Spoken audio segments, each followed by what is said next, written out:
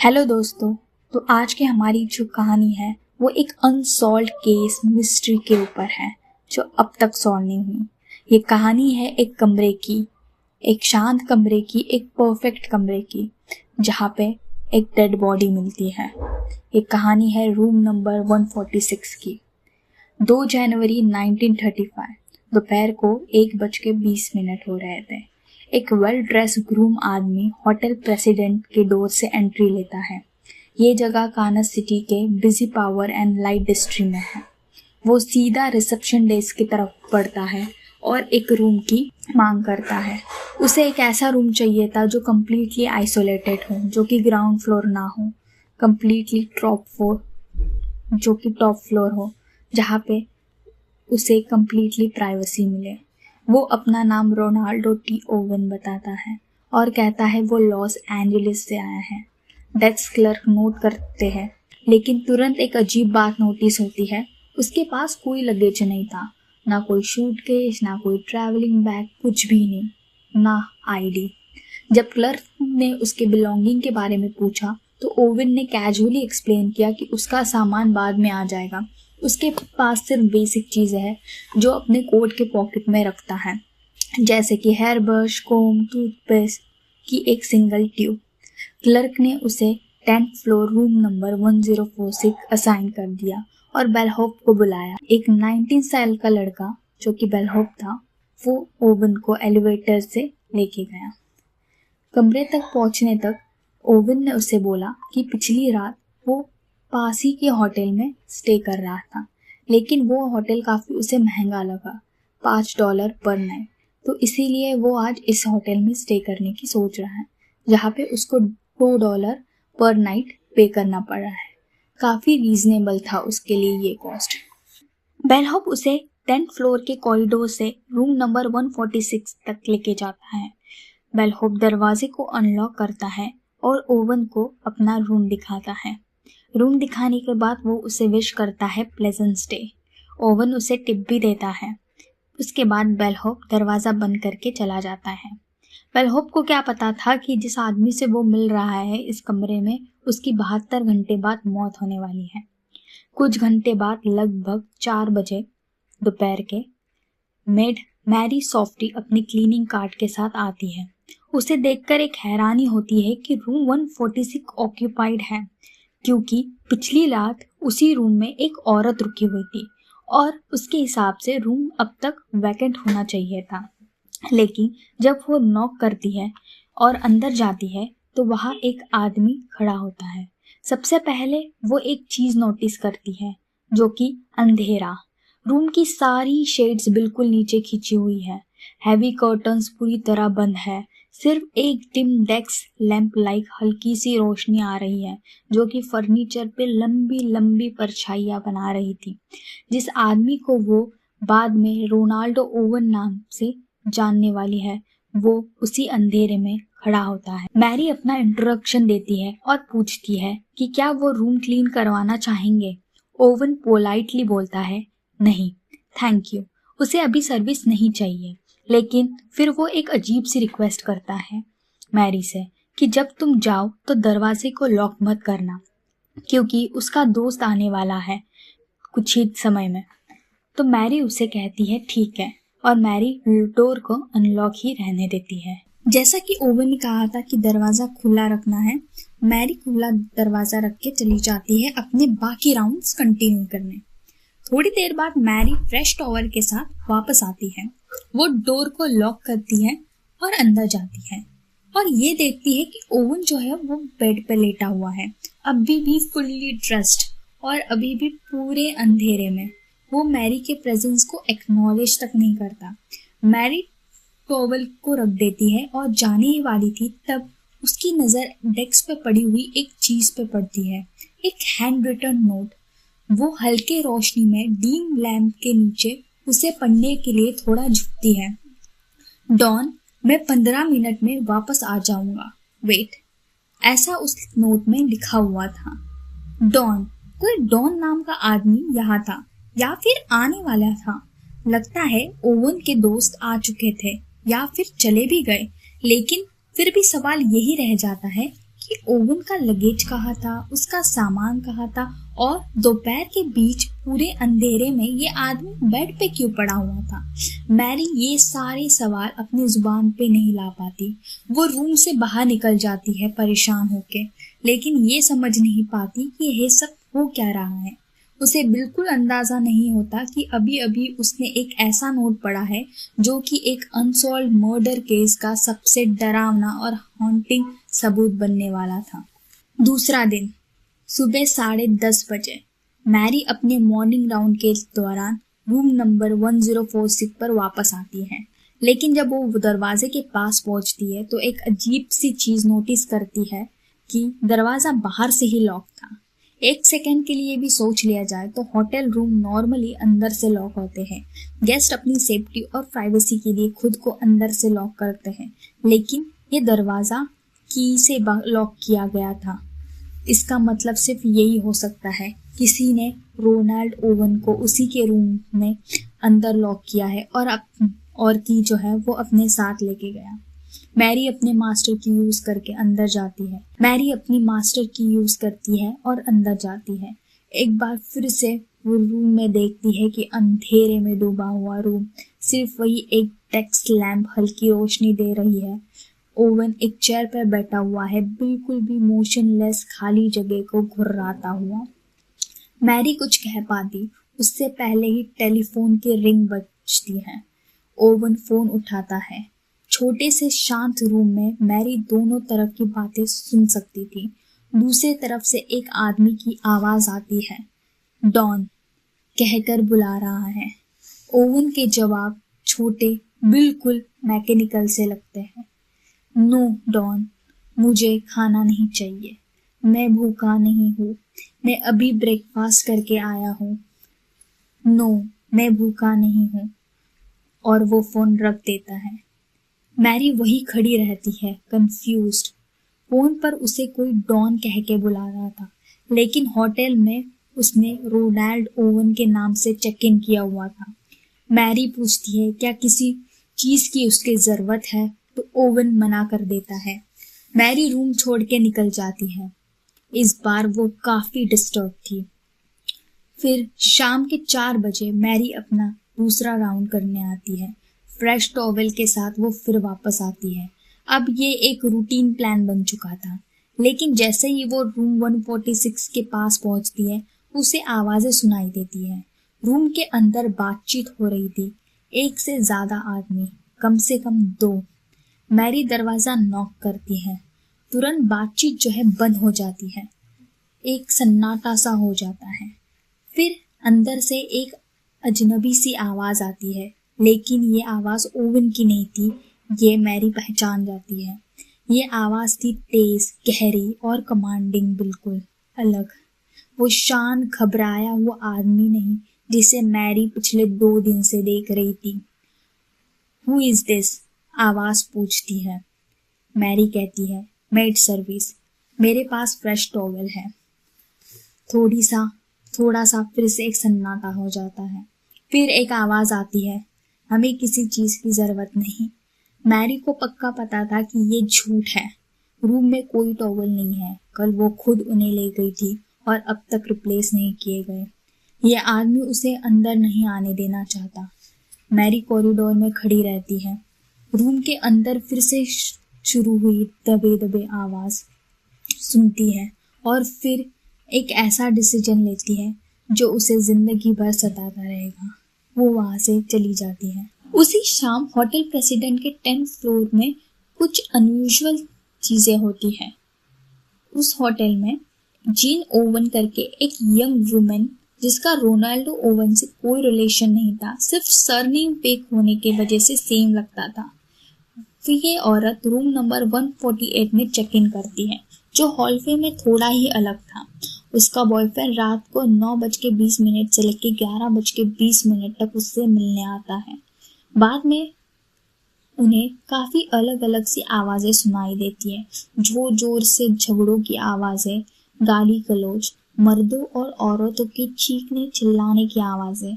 ये आवाजें multiple room से आ रही थी और उनमें से कुछ आवाजें ओवन के रूम से, मतलब कि 1046 से भी आ रही थी। एलिवेटर ऑपरेटर चार्लिस का भी अपना एक अजीब सा एनकाउंटर होता है। ग्राउंड फ्लोर पर एक औरत उसके पास आती है। वो शायद से कोई एस्कॉर्ट थी।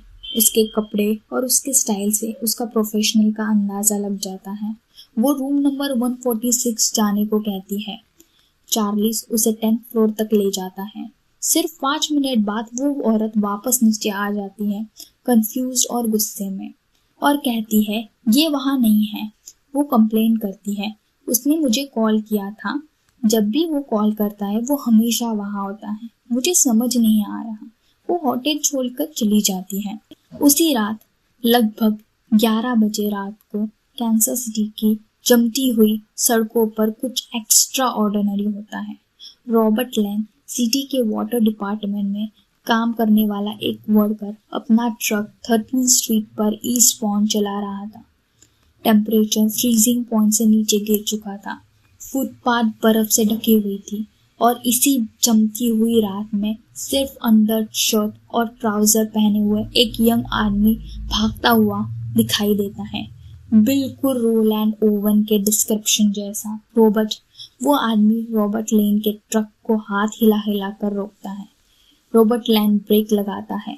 आदमी पास आता है, सांस फूली हुई थी, जोर जोर से कांपता हुआ। सॉरी, वो हिचकियों के साथ कहता है। मुझे लगा आप टैक्सी हो। रॉबर्ट उस आदमी को घुर्राता है। जनवरी की इन सर्दियों के रात में ये आदमी आधे कपड़ों में सड़क पे। रॉबर्ट कुछ कह पाता उससे पहले आदमी धीरे से कुछ बोलता है। मुश्किल से सुनाई देता है, आई विल किल दैट। वो एक गाली देता है, टुमारो। फिर वो मुड़ता है और उसी अंधेरे में चला जाता है। रॉबर्ट लैन वहीं बैठा रह जाता है, शॉक्ड और स्टन, और उसे अंधेरे में देखता रहता है। उसे बिल्कुल ये अंदाजा नहीं होता कि जिस आदमी को वो अभी देख रहा है उसकी 12 घंटे बाद मौत होने वाली है। तीसरा दिन 4 जनवरी 1935। होटल के टेलीफोन ऑपरेटर अपने स्विच बोर्ड पर कुछ अजीब नोटिस करते हैं। रूम 1046 का फोन ऑफ द हुक है। लाइन ओपन है लेकिन कोई बात नहीं कर रहा। इस वजह से लाइन बिजी हो जाती है और इनकमिंग कॉल्स नहीं आ पाते। वो फ्रंट डेस्क को इन्फॉर्म करते हैं। बेल बॉय, वही यंग लड़का 19 इयर्स का जो ओवेन को रूम तक ले गया था, इन्वेस्टिगेशन के लिए भेजा जाता है। बेल बॉय एलिवेटर से 10th फ्लोर पर जाता है। कॉरिडोर से गुजरते हुए 1046 के दरवाजे पे नॉक करता है। हैंडल पर डू नॉट डिस्टर्ब का साइन लटका हुआ था। अंदर से एक आवाज आती है, लेकिन ये वो आवाज नहीं जो बेल बॉय को याद है। ये आवाज दबी हुई, हैवी, रफ, ऑलमोस्ट इंसानी नहीं लगती। कम इन, आवाज खुरखुराती है। लाइट ऑन करो। बेल बॉय डर जाता है। दरवाजा खोलने का कोशिश करता है पर दरवाजा अंदर से लॉक था। वो कहता है, सर, दरवाजा लॉक्ड है। वो दरवाजे के थ्रू बोलता है। कोई जवाब नहीं आता। आवाज दोबारा नहीं आती। बेल बॉय कुछ सेकंड वही खड़ा रहता है, सुनता है, कुछ भी नहीं होता। वो नीचे वापस आ जाता है और जो हुआ वो रिपोर्ट करता है। होटल स्टाफ डिस्कस करते हैं कि क्या करना चाहिए। आखिर में ये डिसाइड होता है कि छोड़ दो। गेस्ट की प्राइवेसी इम्पोर्टेंट है। अगर उसे कोई मदद चाहिए तो वो दरवाज़ा खोल देता। फिर से थोड़ी देर बाद सुबह 8:30 बजे फोन ऑफ द हुक मिलता है। इस बार बेल बॉय पाइक को भेजा जाता है। उसे एक पास की दी जाती है और इंस्ट्रक्शन मिलते हैं, रूम में जाओ, फोन ठीक करके आओ। पाइक नॉक करता है, कोई जवाब नहीं। वो पास की से दरवाजा खोलता है और अंदर कदम रखता है। रूम में अंधेरा था, कर्टन्स अभी भी टाइटली बंद थे, लेकिन पाइक बेड देख पा रहा था। बेड पे कोई पड़ा है, बिल्कुल स्टिल। बेडशीट पर डार्क स्टेन लगे हुए हैं। फोन स्टैंड से गिरा हुआ है। रिसीवर वायर से लटका हुआ है। पाइक थोड़े पास जाता है। अंधेरे में आंखों को सिकुड़ के देखता है। बेड पे पड़ा हुआ आदमी हिलता नहीं, बोलता नहीं। पाइक एक डिसीजन लेता है। उसे लगता है कि शायद ये आदमी ड्रंक है किसी से इसकी लड़ाई हुई है और इसने उल्टी कर दी है। पाइक को लगता है उसका काम सिर्फ फ़ोन ठीक करना है। वो अपने काम से काम रख के फ़ोन को ठीक करता है। वो फ़ोन स्टैंड से उठाता है, रिसीवर को वापस रखता है और धीरे से रूम से बाहर आ जाता है। दरवाज़ा सॉफ्टली बंद करते और नीचे चला जाता है। वो इन्फॉर्म करता है कि उसने फिक्स कर दिया, गेस्ट जो है वो शायद ड्रंक है। 2 घंटे बीतने के बाद फिर से सुबह 11 बजे फ़ोन तीसरी बार ऑफ द हुक मिलता है। अब फ्रंट डेस्क इरिटेट हो चुके थे। फिर से उसी बेल बॉय को वापस भेजा जाता है जो पहले भेजा था। उसे स्ट्रिक्ट इंस्ट्रक्शन दिए जाते हैं कि रूम नंबर 146 में दरवाजे पर अभी भी डू नॉट डिस्टर्ब का साइन लगा है। बेल बॉय जो से नॉक करता है 3 बार, कोई जवाब नहीं आता। वो बोलता है, सर फ्रंट डेस्क से आया हूँ, मुझे फ़ोन चेक करना है। खामोशी। बेल बॉय के पास की है। वो की घुमाता है, लॉक क्लिक करता है। वो दरवाजे को धक्का देके दरवाज़ा खोलता है और फिर दरवाजे से सिर्फ 2 फीट अंदर घुटने और कोहनियों के बाल अपने खून से भरा सर पकड़े हुए रोनाल्ड ओवन पड़ा है। खून हर जगह है, दीवारों पर, बेडशीट में सोप, बाथरूम के फ्लोर पर छीटे हुए, कारपेट पर जमा हुआ। ओवन नंगा है, उसके जिस्म पे वायलेंस की पूरी कहानी है। बेल बॉय लड़खड़ाता कर पीछे हटता है, सांस अटक जाती है उसकी। वो मुड़ता है और कॉरिडोर में भागता हुआ मदद के लिए चिल्लाता है। कुछ ही मिनटों में होटल मैनेजमेंट को कॉल करता है। 10 मिनट के अंदर कान्सास सिटी पुलिस के डिटेक्टिव्स आ जाते हैं। 15 मिनट में एम्बुलेंस पहुंच जाती है। ओवन होश में था लेकिन चाह रहा था। उसकी इंजरीज काफी गहरी थी। उसके गर्दन के इर्द गिर्द एक पट्टी सफेद कॉटन रोप से बंधी हुई है। इतनी टाइट भी नहीं थी कि गला घोट दे, लेकिन स्किन में धंस चुकी है, गहरा निशान छोड़ के। उसके हाथ और पैर रस्सी से बंधे हुए थे। डॉक्टर फ्लैंडर एस्टिमेट करता है ये जख्म सुबह 4 से 5 बजे के बीच दिए गए हैं। इसका मतलब जब बेल हॉप आया था 7 बजे नॉक करने, तब ओवन मर रहा था। जब पाइक 8:30 बजे आया, अंदर गया और उसने जिसे ड्रंक समझ के चला गया, ओवन तब भी मर रहा था तड़प के। वो आवाज बोली थी, कम इन, लाइट ऑन करो। वो रोनाल्डो ओवन की आवाज थी, अपनी आखिरी ताकत से मदद मांगते हुए। पुलिस उनसे सवाल पूछती है, ये किसने किया, किसने तुम्हें मारा, तुम्हारा असली नाम क्या है? ओवन का जवाब मुश्किल से सुनाई देता है, नोबडी। वो कहता है वो गिर गया, बाथटब से टकरा गया, बस इतना ही, कोई उसे नहीं मारा, एक्सीडेंट था। फिर वो बेहोश हो जाता। 5 जनवरी 1935 विक्टिम की मौत हो जाती है। दोस्तों, इस कहानी के कुछ राज खुलने वाले हैं। पुलिस इन्वेस्टिगेशन में ये पता चलता है कि रोनाल्डो टी ओवन नाम का आदमी एग्जिस्ट ही नहीं करता लॉस एंजलिस में। मर्डर विक्टिम ने अपनी आइडेंटिटी फेक बताई। उसने अपनी आइडेंटिटी मल्टीपल होटल्स में फेक बताई थी। पुलिस को ये पता चलता है मर्डर विक्टिम अकेला नहीं स्टे कर रहा था। कुछ दिनों पहले उसके साथ एक आदमी और था। दोनों स्टैंड रेगिस होटल में रुके हुए थे। रजिस्टर से पता चलता है दूसरे अननोन आदमी ने सिग्नेचर किया था रजिस्टर पे डॉन केल्सू नाम से। डिटेक्टिव के फाइंडिंग से ये पता चलता है कि जो रोप से विक्टिम को बांधा गया था, जो बाइंडिंग्स थी, जो ब्लड एविडेंस मिले और कुछ फिंगरप्रिंट्स मिले फोन स्टैंड से, वो एक औरत के थे। क्राइम सीन पे मर्डर विक्टिम की कोई भी पर्सनल चीज़ नहीं मिली, जैसे कि उसके कपड़े, उसका जो भी सामान था, उसका ओवरकोट, कुछ भी नहीं मिला। ना ही कोई फोर्स एंट्री के साइन दिखे। इसका मतलब कि विक्टिम ने किसी को रूम के अंदर आने दिया। होटल स्टाफ सब कुछ इन्वेस्टिगेशन के लिए बुलाया गया। पुलिस ने विक्टिम का डिस्क्रिप्शन देके फोटो न्यूज़पेपर में पब्लिश कर दी। कई दिनों बाद भी कुछ पता नहीं चला। बॉडी जो थी मॉर्ग में लावारिस की तरह पड़ी रही। फिर कुछ दिनों बाद एक अनाउंसमेंट बाहर आती है, बॉडी को बरी किया जाएगा 3 मार्च 1985 को। बट अचानक से एक एनोनिमस कॉल आता है। कोई आदमी की आवाज़ थी, एकदम शांत सी आवाज़। वो कहता है कि बरी मत करना, वो कुछ पैसे भिजवा रहा है, उसके बाद ही उसे बरी करना। तो फ्यूनरल को रोका जाता है। कुछ दिनों बाद 23 मार्च को एक एनवलप रिसीव होता है, उसमें कैश थे। इसके बाद 2 और एनवलप आते हैं जिसमें $5 के कैश और कुछ इंस्ट्रक्शन लिखे हुए थे कि फ्यूनरल पे फ्लावर चढ़ा देना। एक कार्ड ऐसे भी आता है, उसमें लिखा था कि 13 अमेरिकन्स ब्यूटी फ्यूनरल पे दे देना एंड लव फॉरएवर लूसी। किसी ने लूसी नाम से ये फ्लावर्स भेजे थे। विक्टिम को दफनाने के बाद कुछ महीनों के बाद विक्टिम को एक कॉल आती है।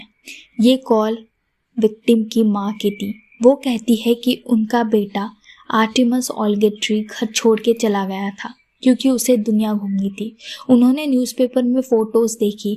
विक्टिम के सर पे वही निशान है जो उनके बेटे के सर पे था बचपन में। वो बताती है उनको अभी भी कोई आर्टेमिस के नाम से लेटर भेज रहा है ताकि उन्हें पता ना चले कि वो अब इस दुनिया में नहीं रहा। एंड यहीं पे ये केस अनसॉल्व मिस्ट्री बन जाता है। दोस्तों, कई साल इस केस पे फाइंडिंग होती है। एक आदमी को प्राइम सस्पेक्ट समझ के उसकी इन्वेस्टिगेशन होती है, बट कुछ पता नहीं चलता आखिर क्या हुआ आर्टेमिस के साथ कि उसने अपने नाम झूठा बताया। मेरी फाइंडिंग्स ये बोलती है कि आर्टेमिस ज़रूर किसी अंडरवर्ल्ड के साथ इन्वॉल्व था और कुछ ना कुछ इश्यूज हुए होंगे, इसीलिए वो छुप रहा था। इसीलिए उसने सारे होटल्स में अपनी आइडेंटिटी गलत बताई। अगर वो घर छोड़ के चला गया था तो वो होटल में क्यों रुक रहा था? वो अपना घर लेके रेंट पे भी तो रुक सकता है। ये केस 1935 का था। तब होटल में सीसीटीवी कैमरेज नहीं होते थे।